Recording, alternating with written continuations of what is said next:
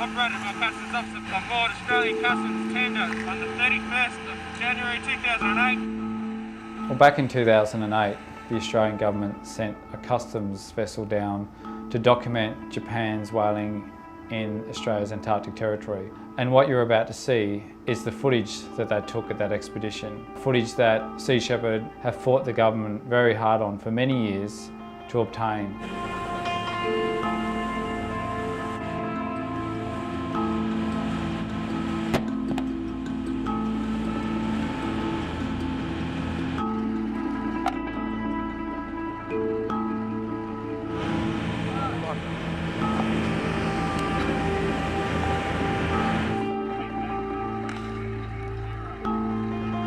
So the area that these whales are being hunted in is in a Southern Ocean whale sanctuary.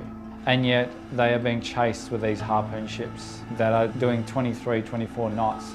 And these whales are swimming at 16, 17 knots to try and outrun these harpoon ships.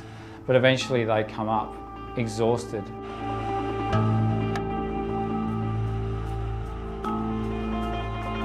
And when these whales are hit with an explosive harpoon, it sends shrapnel through their bodies and then hooks come out. And so there's no way for these whales to escape.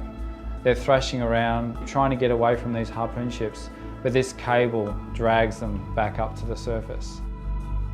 You know, it takes a long time for these whales to die. It's barbaric, and this goes on in an established Southern Ocean whale sanctuary, in an Australian whale sanctuary.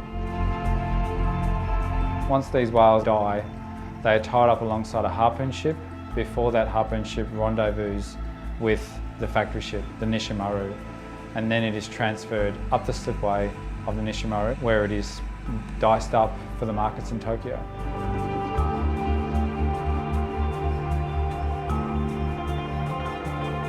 Although this footage was taken in 2008, we still have the Japanese whaling fleet heading down to the Southern Ocean whale sanctuary to kill whales.